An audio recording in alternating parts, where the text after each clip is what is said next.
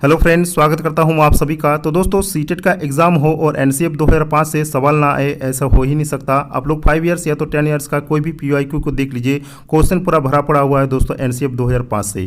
तो दोस्तों, सबसे पहले मैं आप लोग को यहाँ पे इस वीडियो के माध्यम से इसका नोट्स पूरा क्लियर करने वाला हूँ। इसके बाद दोस्तों इसका पार्ट 2 भी आएगा, जिसमें इसका ऑब्जेक्टिव क्वेश्चन आप लोग को देखने मिल जाएगा। ठीक है, तो वीडियो को आप लोग को लास्ट तक देखना है, क्योंकि दोस्तों अगर वीडियो को आप लोग फुल वॉच करते हैं तो आप लोग 2 या 3 नंबर आराम से कवर कर सकते हैं अपने आने वाले एग्जाम में। तो चलिए इसका पहला नंबर का पॉइंट हम लोग देखते हैं। देखिए, पहला नंबर का इसका पॉइंट है कि एनसीएफ 2005 का जो फुल फॉर्म होता है, यानी इसका जो पूरा नाम होता है वो क्या होता है, नेशनल करिकुलम फ्रेमवर्क 2005। ठीक है, ये इसका पूरा नाम होता है। अगर हिंदी में इसको देखें दोस्तों, तो हिंदी में इसका नाम होता है राष्ट्रीय पाठ्यचर्या की रूपरेखा 2005। इसको आप लोग को याद रखना है।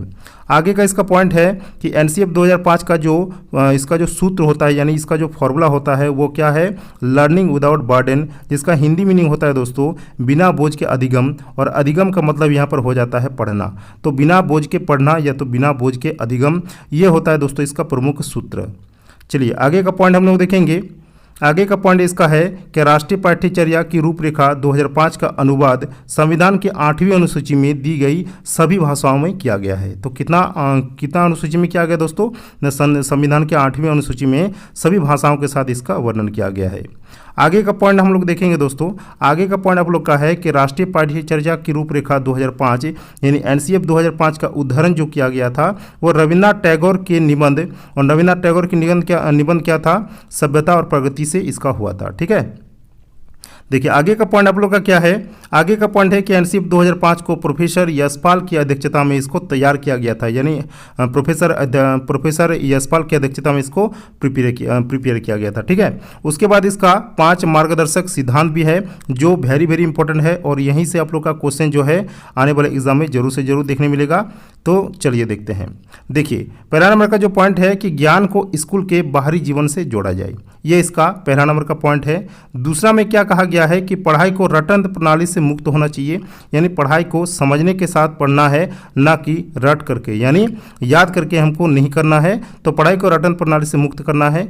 तीसरा इसका पॉइंट है कि पाठ्यचर्या पाठ्यपुस्तक केंद्रित न रह जाए। उसके बाद का पॉइंट है इसका 4 नंबर, और 4 नंबर में क्या है कि कक्षा कक्ष को गतिविधियों से जोड़ा जाए एवं इसे लचीला बनाया जाए। ठीक है, उसके बाद का पॉइंट है 5वां नंबर में कि राष्ट्रीय मूल्यों के प्रति आस्थावान विद्यार्थी तैयार हो, या राष्ट्रीय महत्व के बिंदुओं को पाठ्यक्रम में शामिल किया जाए। यह इसका 5वां बिंदु है, और ये पांचों के पांचों बिंदु दोस्तों बहुत बहुत इंपॉर्टेंट है। आपको यहाँ पे ऑप्शन के तौर पर आप लोग को क्वेश्चन देखने इसका मिल जाएगा।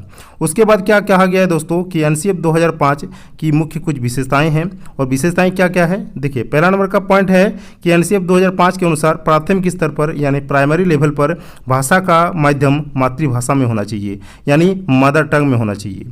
उसके बाद का पॉइंट है कि शिक्षण सूत्र जैसे ज्ञात से अज्ञात की ओर, मूर्त से अमूर्त की ओर आदि का अधिकतम प्रयोग हो। ठीक है, ज्ञात से अज्ञात की ओर यानी नोन से लेकर अननोन की ओर जाना चाहिए, और मूर्त से लेकर अमूर्त की ओर इसका अधिकतम प्रयोग होना चाहिए। ठीक है, उसके बाद का इसका पॉइंट है कि विशाल पाठ्यक्रम वो मोटी किताबें, ठीक है, जो मोटा मोटा किताबें होती है, शिक्षा प्रणाली की असफलता का एक क्या है, प्रतीक होता है।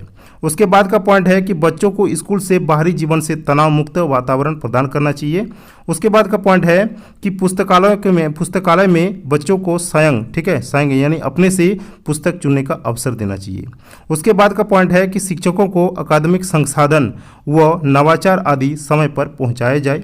ठीक है, उसके बाद का पॉइंट है दोस्तों कि शिक्षण अधिगम परिस्थितियों में मातृभाषा का ज़्यादा से ज़्यादा प्रयोग करना चाहिए। आगे का पॉइंट आप लोग का है कि सजा व पुरस्कार की भावना को सीमित रखा जाए, यानी लिमिट रखा जाए। ठीक है, सजा भी और पुरस्कार भी दोनों को क्या रखा जाए, लिमिट रखा जाए, यानी एक सीमा तक रखा जाए। आगे का पॉइंट है दोस्तों आप लोग का कि सहशैक्षिक गतिविधियों में बच्चों के अभिभावकों को भी जोड़ा जाए। उसके बाद का पॉइंट है कि मानसिक स्तर एवं योग्यता के अनुसार पाठ्यक्रम होना चाहिए। उसके बाद का पॉइंट है कि बालकों के चहुमुखी विकास पर आधारित पाठ्यचर्या हो। ठीक है, उसके बाद का पॉइंट है दोस्तों, और ये हमारा लास्ट पॉइंट है कि सभी विद्यार्थियों हेतु समावेशित वातावरण तैयार करना, यानी सभी विद्यार्थियों को, सभी बच्चों को एक समान पढ़ाई होना चाहिए। ठीक है, एक समान वातावरण यानी समावेशी वातावरण का मतलब क्या होता है, एक समान वातावरण यानी सभी को समान अधिकार देना चाहिए पढ़ाई के माध्यम से। तो दोस्तों यहाँ पर हमारा वीडियो खत्म हुआ। इसका एनसीएफ 2005 से जितना भी सारा आप लोग का ऑब्जेक्टिव क्वेश्चन बनेगा ये भी मैं आप लोग को पार्ट 2 में बताने वाला हूँ। तो दोस्तों वीडियो कैसा लगा, वीडियो आप लोग अपने मित्रों के साथ शेयर कर सकते हैं अगर आप लोग को वीडियो अच्छा लगा तो। ठीक है, तो मिलते हैं नेक्स्ट वीडियो में किसी और नए टॉपिक के साथ। तब तक के लिए जय हिंद, वंदे मातरम।